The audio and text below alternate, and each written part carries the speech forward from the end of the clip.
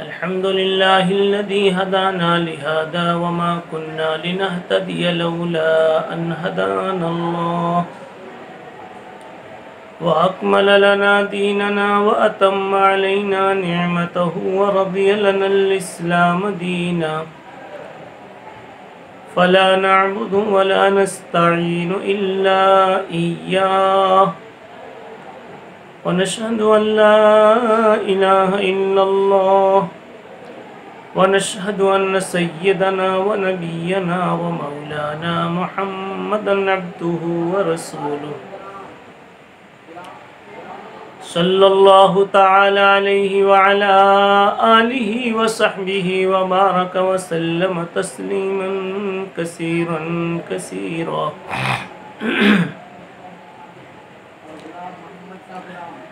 अऊज़ु बिल्लाहि मिनश शैतानिर रजीम। बिस्मिल्लाहिर रहमानिर रहीम।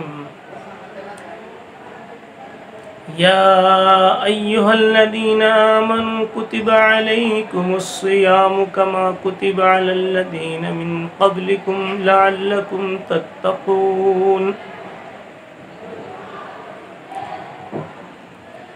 वक़ाल अन्नबिय्यु सल्लल्लाहु तआला अलैहि वसल्लम ला हसद इल्ला फिस्नतैन रजुलुन आताहुल्लाहुल क़ुरआन फहुव यक़ूमु बिही आनाअल लैलि व आनाअन नहार व रजुलुन आताहुल्लाहु मालन फहुव युनफ़िक़ुहु आनाअल लैलि व आनाअन नहार। रवाहुल बुखारी रहमहुल्लाहु तआला औ कमा क़ाल रसूलुल्लाहि सल्लल्लाहु अलैहि वसल्लम।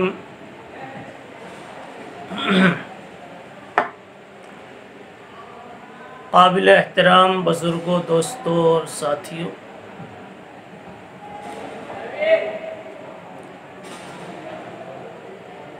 रमज़ान के रोज़े अल्लाह जल्ल जलालुहु व अम्मा नवालुहु की तरफ से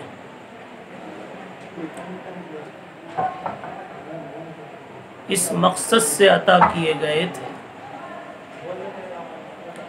कि हमारी ज़िंदगी में तक़वा पैदा हो जावे।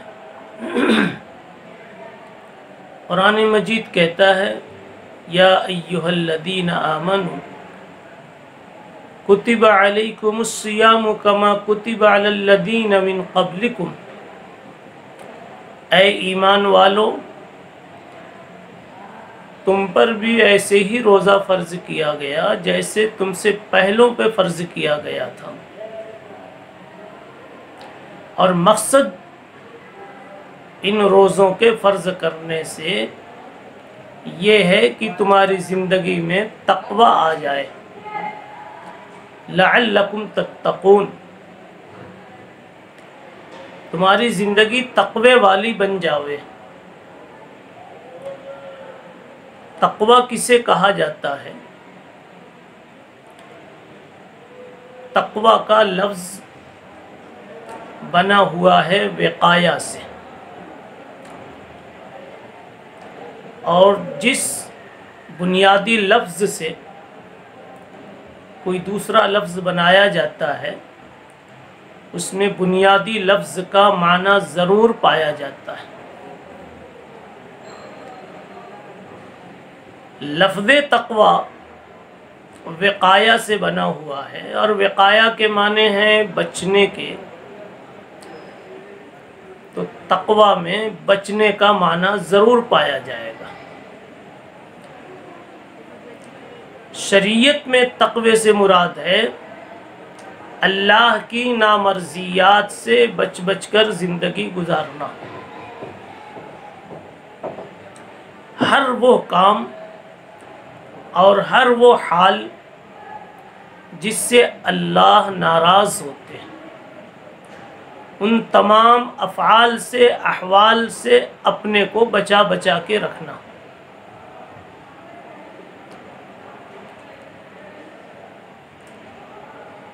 जिन चीज़ों से इंसानों को बचना है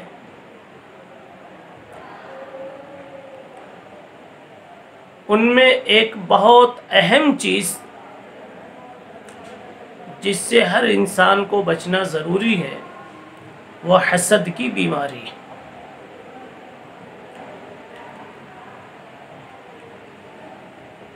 यूं तो इंसान को अपने दिल की दुनिया को और अपने वजूद को, अपने ज़ाहिर को और अपने बातिन को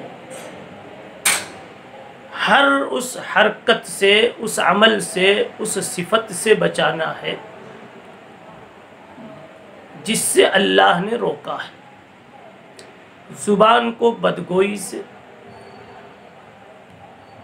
निगाह को बदनिगाही से, पेट को हराम खोरी से, ऐसी हाथ पाँवों को जुल्म ज़्यादती से, फिर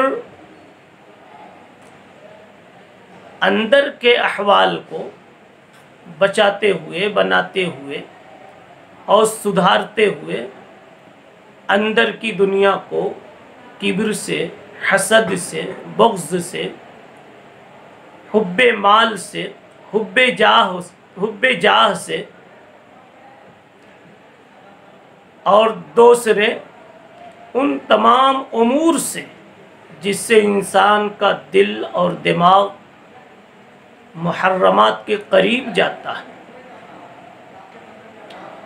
उनमें एक बड़ी ख़तरनाक चीज़ ये हसद की बीमारी है। हसद का हासिल है और हसद का माना है कि किसी की नेमत देखकर ये तमन्ना करना कि उसकी नेमत उसके पास से छिन जावे। किसी को नेमत की हालत में देखना, अच्छी हालत में देखना, किसी को इज्जत की हालत में देखना बर्दाश्त नहीं हो रहा है। तबीयत में जलन पैदा हो रही है। इसी जलन को और इसी अंदर की तंगी को हसद कहा जाता है।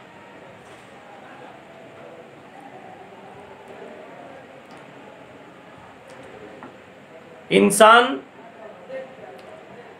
इस हसद के सिलसिले में कई मरहलों से गुजरता है। कभी उसकी ये तमन्ना होती है कि जिसके पास ये नेमत है उसके पास से ये नेमत छिन जावे।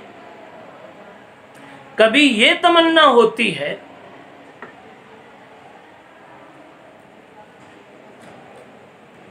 कि उसकी ये नेमत छिन करके किसी और को मिल जावे मगर इसके पास न रहे।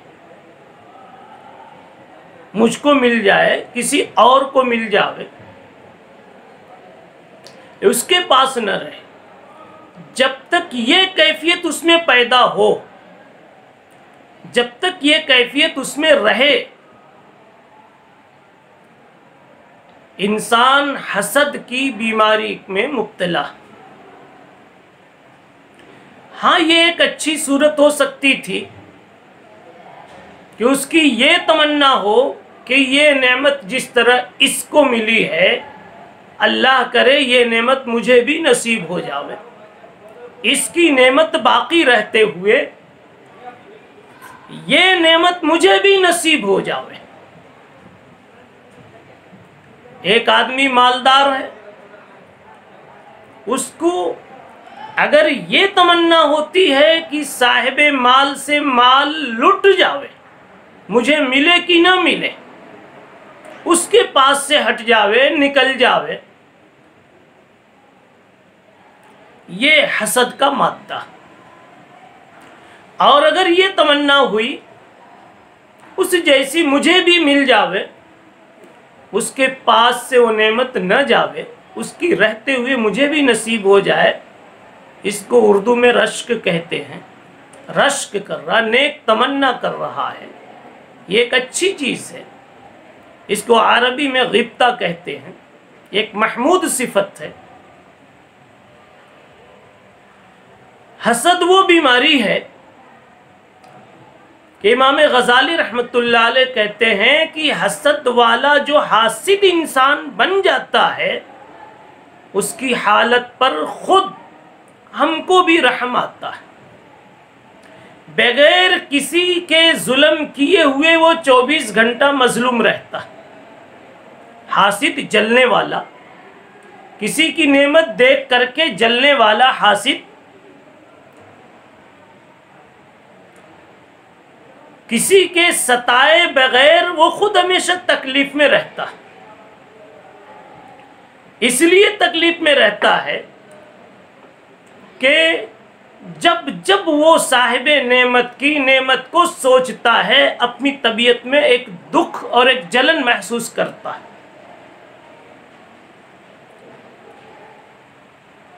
इसलिए इमाम गजाली रहमतुल्लाह अलैह फरमाते हैं कि उसकी इस हालत पर बड़ा रहम आता है कि बेचारे ने खुद ही एक मर्ज अपने अंदर में पाल लिया और जुल्म का एक रास्ता खोल लिया है।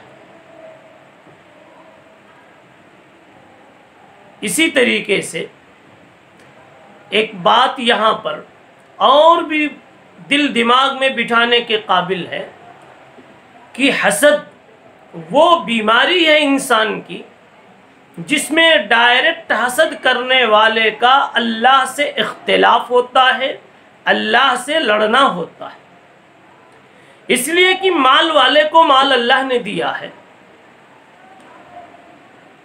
इल्म वाले को इल्म अल्लाह ने दे रखा है, इज्जत वाले को इज्जत की कुर्सी पर अल्लाह ने बिठाया है। अब हमें किसी अगर किसी की कुर्सी नहीं देखी जाती, इल्म नहीं देखा जाता, उसका माल हमसे हज़म नहीं होता, उसकी खुशहालियाँ हमें पसंद नहीं आती, तो गोया हसद करने वाला अल्लाह से लड़ रहा है कि अल्लाह ने उसको क्यों दे दिया। और अल्लाह ने जो लिख दिया जिसके हिस्से में, किसी के हसद से उसकी कोई नेमत जाने वाली नहीं है। इस एतबार से देखा जावे तो हासिद इंतहाई नाकाम है कि ऐसी मुसीबत में जल रहा है और ऐसी परेशानियों में अपने को परेशान किए हुए है कि उसकी परेशानियों से, उसकी फिक्रों से, उसकी सोच और उसकी प्लान से सामने वाले की वो नेमत दूर होने वाली नहीं है, सामने वाले की वो दौलत ख़त्म होने वाली नहीं है, और सामने वाले का वो इकराम व एजाज़ फौत होने वाला नहीं है। तो जब सामने वाले का इकराम, सामने वाले की इज्जत फौत नहीं होने वाली, उसकी दौलत नहीं जाने वाली, इस हासिद का उसके पीछे पड़ना, तकदीर से लड़ना, अल्लाह से इख्तिलाफ करना, सब कुछ ला हासिल है। गोया हासिद एक ऐसी आग में अपने को जला रहा है जिसके पीछे कोई नतीजा नहीं है। इसलिए मशाइख ने फरमाया कि इंसान को हसद की बीमारी से 100% इज्तिनाब करना चाहिए और उसकी इन बुनियादी कमज़ोरियों पर गौर करना चाहिए कि हमारे जलने से, हमारे हसद से उसकी ज़िंदगी में कोई फ़र्क आने वाला नहीं है। जब हमारे हसद से उसके पास से वो चीज़ जाने वाली नहीं, तो हसद करने का क्या माना होता है। इस दुनिया में अगर हसद के काबिल कोई चीज़ हो सकती है तो वो दो चीज़ें हदीस में बताई गई। हदीस में फरमाया गया ला हसद इल्ला फिस्नतैन, दो चीज़ें हसद के काबिल हो सकती थी, यानी रश्क के काबिल और तमन्ना के काबिल। रजुलन आताहुल्लाहु अल कुरान फहुवा यकूम बिही आना अल-लैली व आना अन-नहार। एक आदमी को अल्लाह ने कुरान का इल्म दिया और उस कुरान के इल्म को वो रात और दिन उम्मत में तकसीम कर रहा है, पढ़ रहा है, पढ़ा रहा है, बांट रहा है।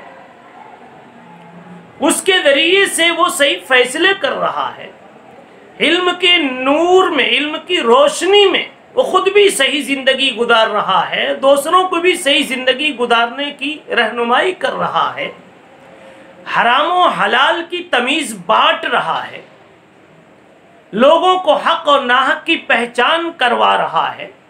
ये एक ऐसा इंसान है कि जिसके पास इल्म की दौलत है और इल्म के तकादे पे चल रहा है, इल्म के हुकूक को अदा कर रहा है। इस काबिल था ये कि इस पर हसद किया जाओ। और दूसरा वो इंसान रजुलुन आताहुल्लाहु मालन फहुवा युनफिकुहु आना अल-लैली व आना अन-नहार। दूसरा वो इंसान जिसको अल्लाह जल्ल जलालुहु अम्मा नवालुहु ने माल की दौलत से, माल से नवाजा और वो माल रातों दिन अल्लाह के बताए हुए तरीक पर खर्च करता है। यतीमों पर खर्च करता है, गरीबों पर खर्च करता है, मिस्कीनों बेवाओं की रखवाली करता है, हाजतमंद की हाजत रवाई करता है, अल्लाह के रास्ते में मसाजिद, मकातिब, रिफाही कामों में खर्च करता है। कहा ऐसा खुशनसीब इंसान जो साहिब माल है, ये इंसान इस काबिल है कि इस पर हसद किया जा सकता था। अगर हसद करने की कोई चीज़ थी तो ये दो चीज़ें थी, ऐसा मुबारक इल्म और ऐसा मुबारक माल। लेकिन यहाँ भी हसद बमाना हसद नहीं है कि उससे वो चीज़ छिन जावे। हदीस में ये बात समझाई जा रही है कि अगर तमन्ना कोई गायत दर्जे की करता है और रश्क करता है तो उसे चाहिए कि ऐसी चीज़ों पे रश्क करे और इस अंदाज से रश्क करे, या अल्लाह मुझे भी वो इल्म अता फरमा जो तूने फला को इल्म दिया और वो अपने इल्म को कुरान की खिदमत के लिए, दीन और शरीयत की खिदमत के लिए इस्तेमाल करता है। या मुझे वो माल अता फरमा जैसा माल तूने फला रजुल सालेह को अता किया कि वो अपना माल मसाजिद में, मदारिस में, खानकाहों में, दावत व तबलीग में, रिफाही कामों में, दीन की दूसरी तंजीमों में, तेरे बंदों की रखवाली में, तेरे बंदों की गम गुसारी में जो इस्तेमाल करता है। ऐ अल्लाह ऐसा माल मुझे भी नसीब फरमा। दिल में मैं तमन्ना करे कि काश मुझे भी ऐसा माल नसीब हो जावे। ये कोई बुरी बात नहीं है।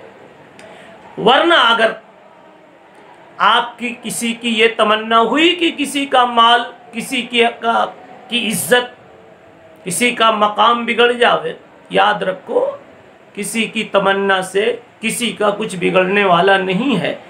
बल्कि इमाम गज़ाली रहमतुल्लाह अलैह ने तो ये भी एक मिसाल दी और कहा कि एक पत्थर पर, एक दीवार पर कोई पत्थर मारे तो जितना ही तेज मारेगा पलट करके वो पत्थर उतना ही तेज उसको आके लगेगा।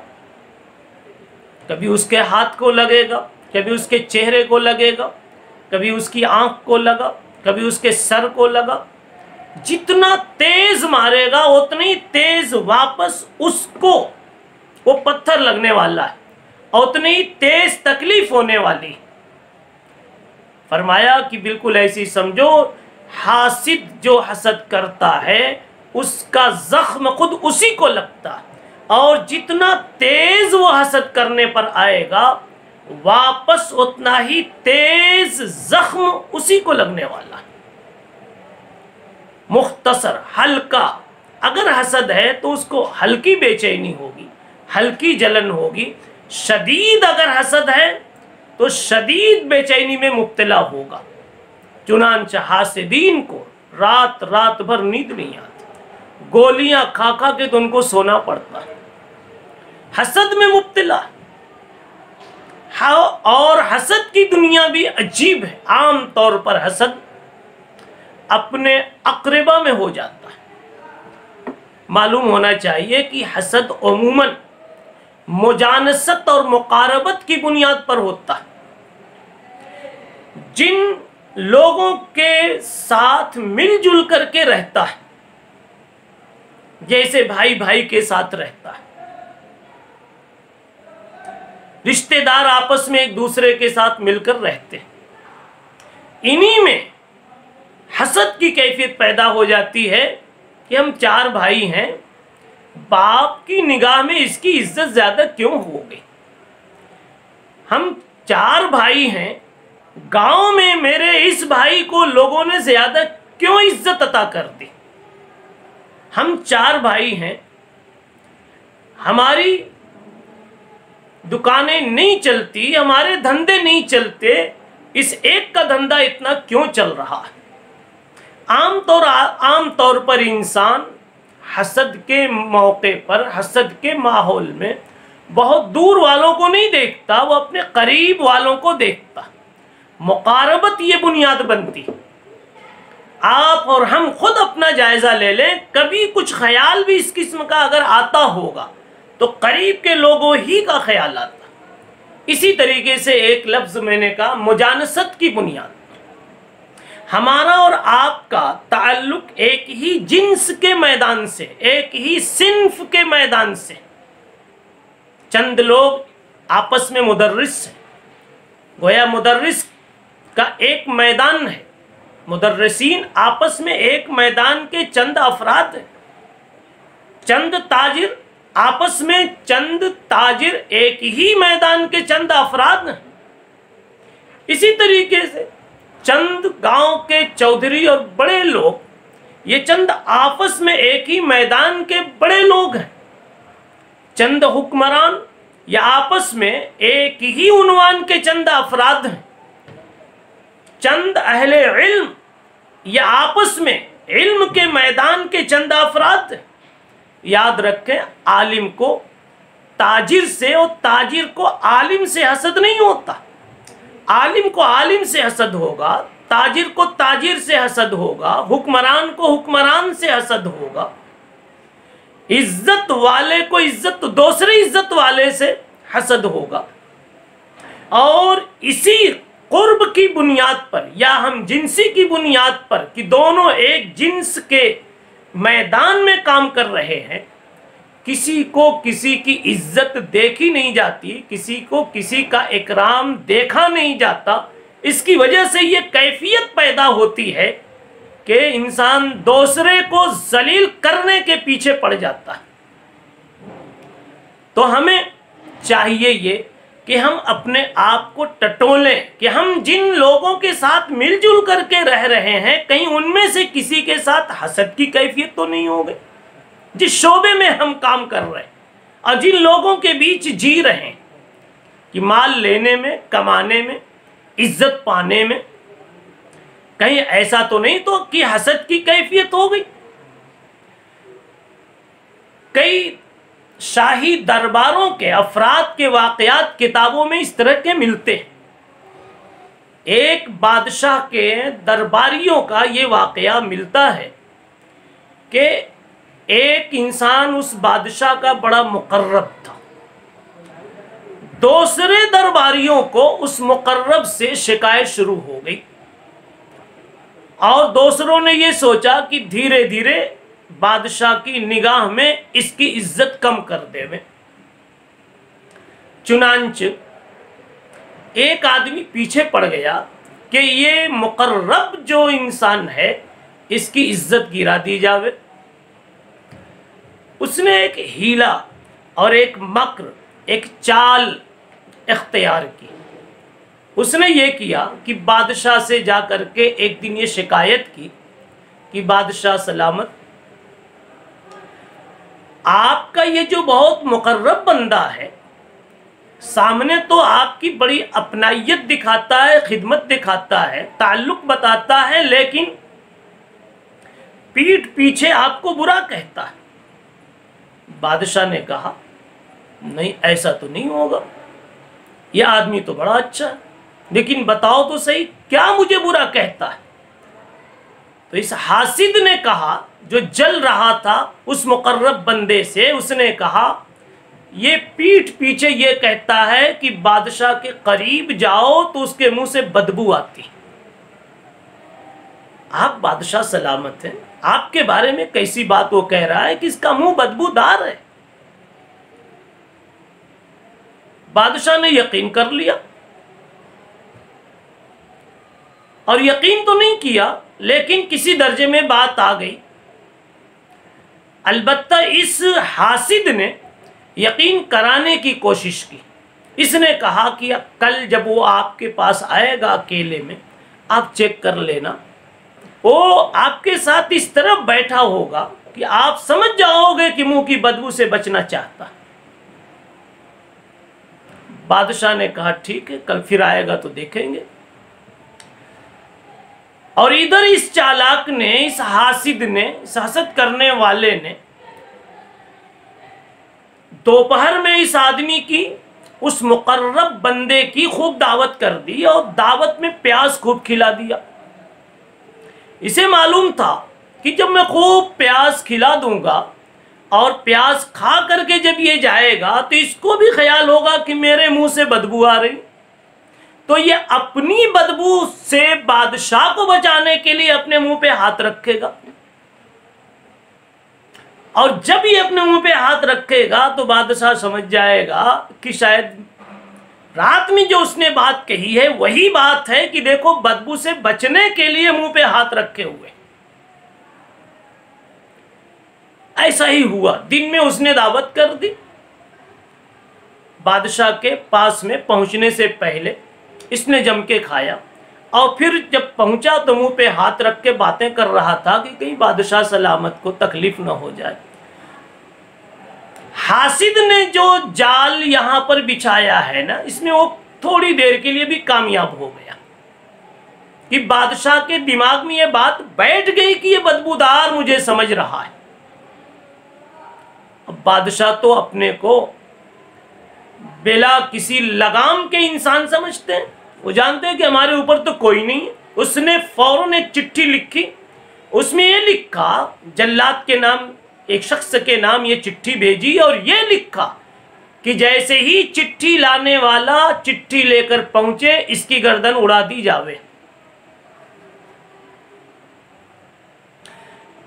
आज जब ये बादशाह के पास पहुंचा है और ये चिट्ठी मिल रही है तो ये हासिद, जाल रचने वाला मक्कार, ये दरबारी किसी सुराख से या किसी खिड़की से सब तमाशा देख रहा था कि बादशाह ने अपने हाथ से कोई चिट्ठी लिख दी। उस बादशाह के दरबार का निजाम यह था कि बादशाह को जब इनाम देना होता था तो अपने हाथ से लिखता था, सजा दिलवानी होती थी तो किसी से भी लिखवा देता था। लेकिन आज बादशाह ने उल्टा किया कि सजा को अपने हाथ से लिख दिया। तो ये मुकर्रब बंदा जिसके हाथ में चिट्ठी दी जा रही, ये भी समझ रहा है कि शायद मुझे कोई इनाम मिलने वाला, इसलिए बादशाह ने अपने हाथ से लिखा। और वो खिड़की से जो देख रहा था वो भी समझ रहा था कि शायद कोई इनाम मिलने वाला है, इसलिए इसको बादशाह ने अपने हाथ से लिख कर दिया। और वो और अंदर में जल भुन गया कि मैं तो इसको फंसा रहा था लेकिन ये तो इनाम का मुस्तहिक हो गया।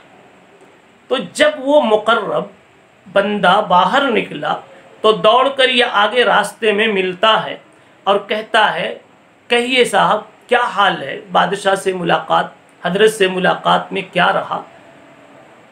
तो इस मुकर्रब बंदे ने कह दिया मारे खुशी के कि आज मुझे बादशाह ने ताल्लुक का हक अदा करते हुए इनाम की चिट्ठी दी है। क्या इनाम है वो तो अंदर है, रास्ते में खोल भी नहीं सकते। तो ये चालाक ने कहा कि भाई इनाम तो आप ही का है, लेकिन आप कहाँ दौड़ोगे, वहां तक जाओगे, लाओ ये खिदमत मैं कर देता हूँ, ये खिदमत मैं कर देता हूँ, इनाम लाके तुमको दे देंगे। और तो चिट्ठी पे लिखा होगा, देख लेना कितना इनाम है क्या है बाद में। इसने दे दिया। चूंकि ये सीधा साधा आदमी था, दुनियादार नहीं था, खुद गरज नहीं था, मफाद परस्त नहीं था, इंसान था, ये इंसान था। इसने उसको चिट्ठी पकड़ा दी। अब चिट्ठी किसके हाथ में? चालाक बंदे के हाथ में, मक्कार और हासिद के हाथ में है। वो जैसे ही लेकर के चिट्ठी पहुंचा है तो जल्लाद ने उसको बिठाया, उस आदमी ने बिठाया और तलवार लाया और उसकी गर्दन उड़ा दी। और वो कहने लगा, जानते हो क्या लिखा है? इसमें लिखा है जो चिट्ठी लेकर आवे फौरन उसकी गर्दन उड़ा दी जावे। ये इतना बड़ा मुजरिम है, तू लेकर के आया है इसलिए तू इसका मुस्तहिक।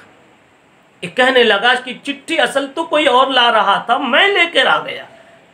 उस आदमी ने कहा, जल्लाद ने कहा, मैं नहीं जानता कि बादशाह ने किसको दिया, इसमें यह लिखा है कि जो लेकर आवे, तू लेकर आया। बिलाखिर वो अपनी जिंदगी से भी हाथ खो बैठा।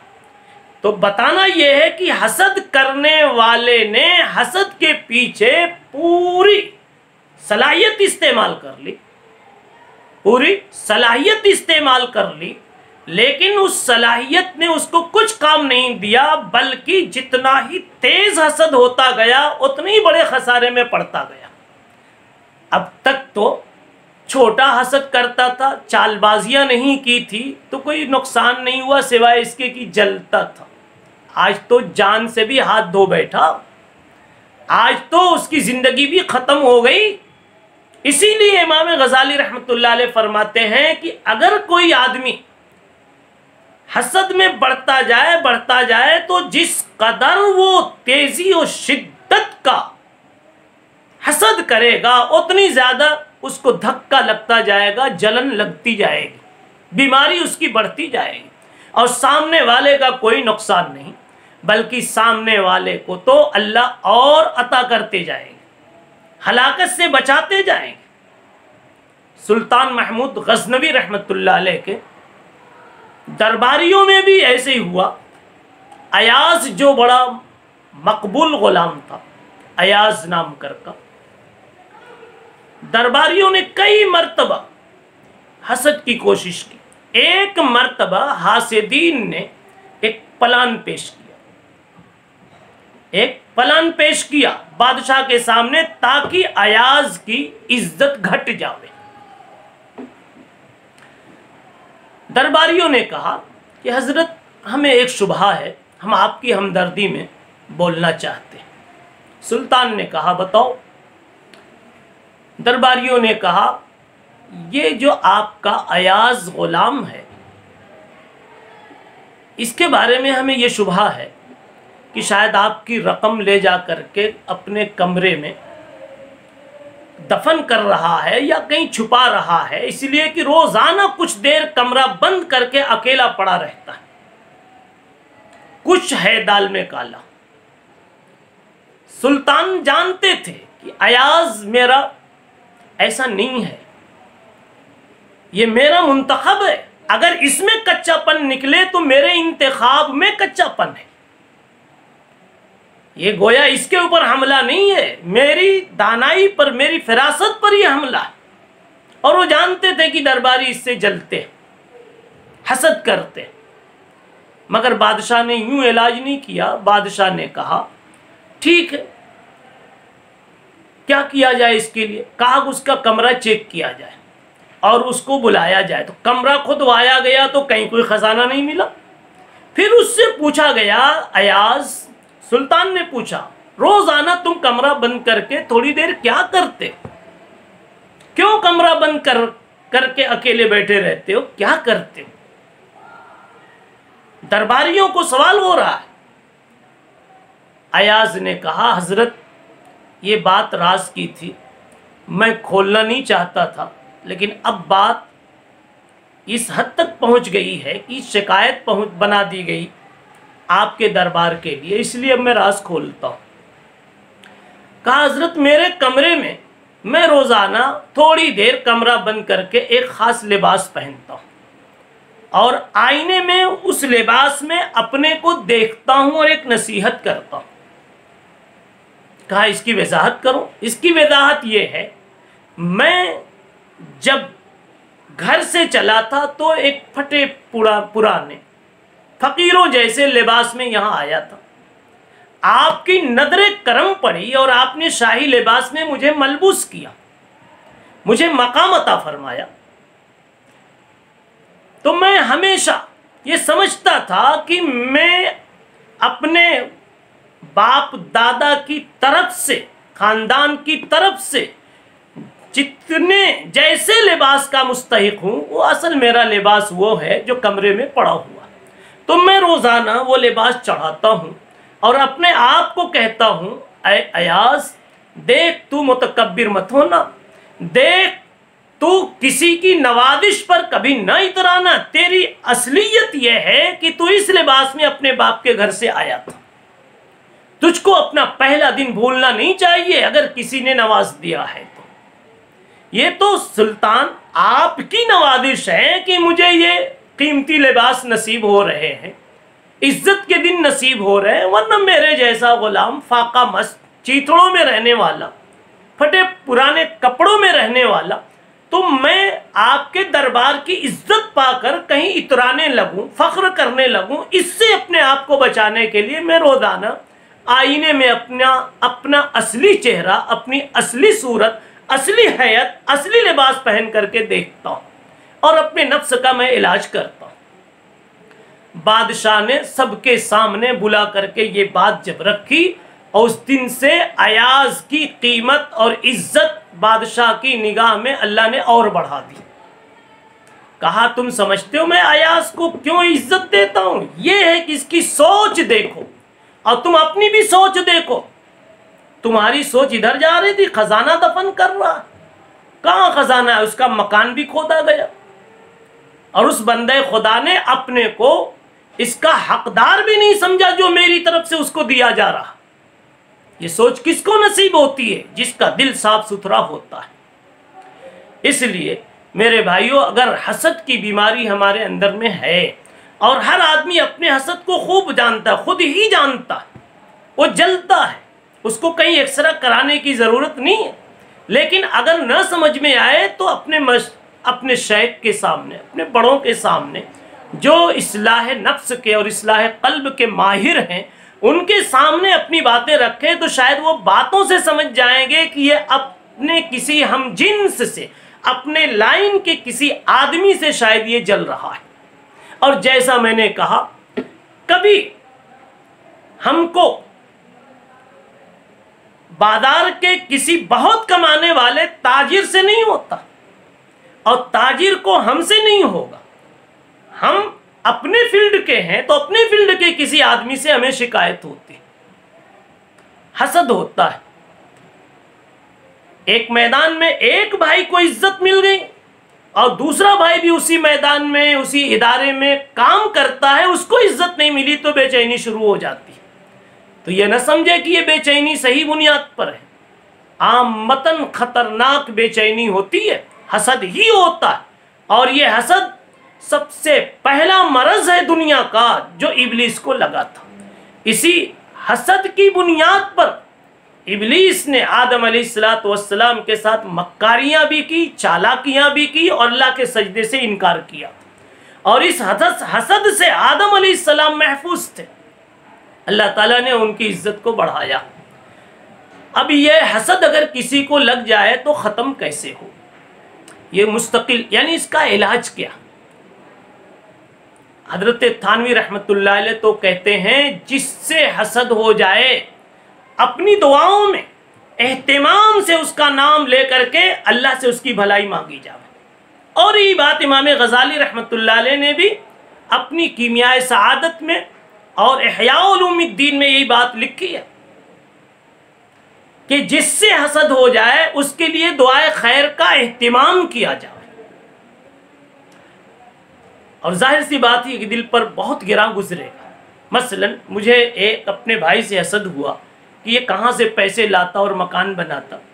हमसे तो बड़ा मुश्किल होगा कि अल्लाह इसका मकान और बेहतर बना दे, इसलिए कि हम तो उसके बनते हुए मकान को देख करके जल रहे हैं। कैसे ये होगा अल्लाह इसका मकान और अच्छा बना दे?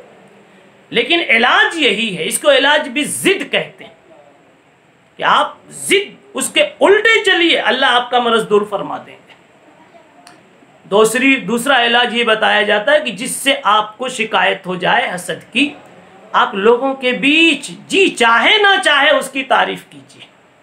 हर इंसान में कुछ न कुछ तारीफ के पहलू होते हैं, तारीफ के काम होते हैं, तारीफ की सिफात होती है। तारीफ कीजिए और ख़ास तौर पर वहाँ कीजिए जहां आपको तारीफ करना और भारी पड़ता। जहां आपको तारीफ और भारी पड़े वहां तारीफ कीजिए, जहां आपको और जलन हो रही वहां तारीफ कीजिए। तीसरा इलाज इसका यह है कि आप कहीं कहीं उसके साथ जाहिरन इकराम का मामला कीजिए। मसलन कहीं एक गिलास पानी खुद से बढ़ा दीजिए, जैसे आप अपने शेख को बढ़ाते, जैसे आप अपने किसी मेहमान को बढ़ाते।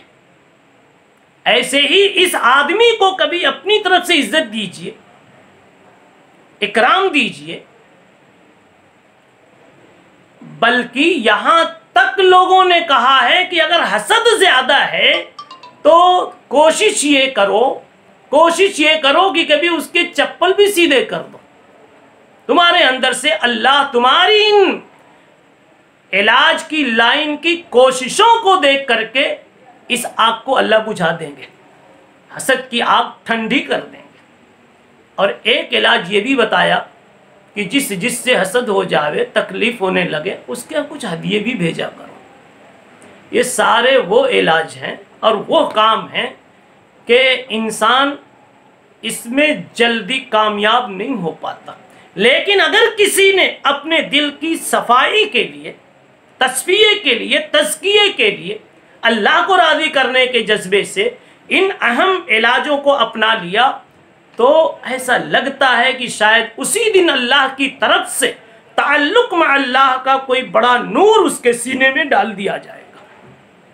इसलिए कि जो अमल इंसान को सबसे मुश्किल लगता है, अल्लाह की निस्बत पर वो अमल कर लिया जाए तो अल्लाह की तरफ से रूहानियत के, नूरानियत के, ताल्लुक़ में अल्लाह के इजाफे के और अंदर की दुनिया के पाकीज़ा बनाने के बड़े बड़े फैसले हो जाते हैं। मशाइख को जो विलायत मिलती है, असहाबे विलायत को, औलिया को, असहाबे मारफत को जो अल्लाह की मारफत नसीब होती है, तो इन्हीं बताए हुए रास्तों पर चलने से, ऐसा नहीं कि सिर्फ दूसरों को बताते, खुद भी इस पर चलते हैं और इन्हीं रास्तों पर चल करके अपने को मिटा करके फिर अल्लाह की इनायत खासा के वो हकदार बनते हैं।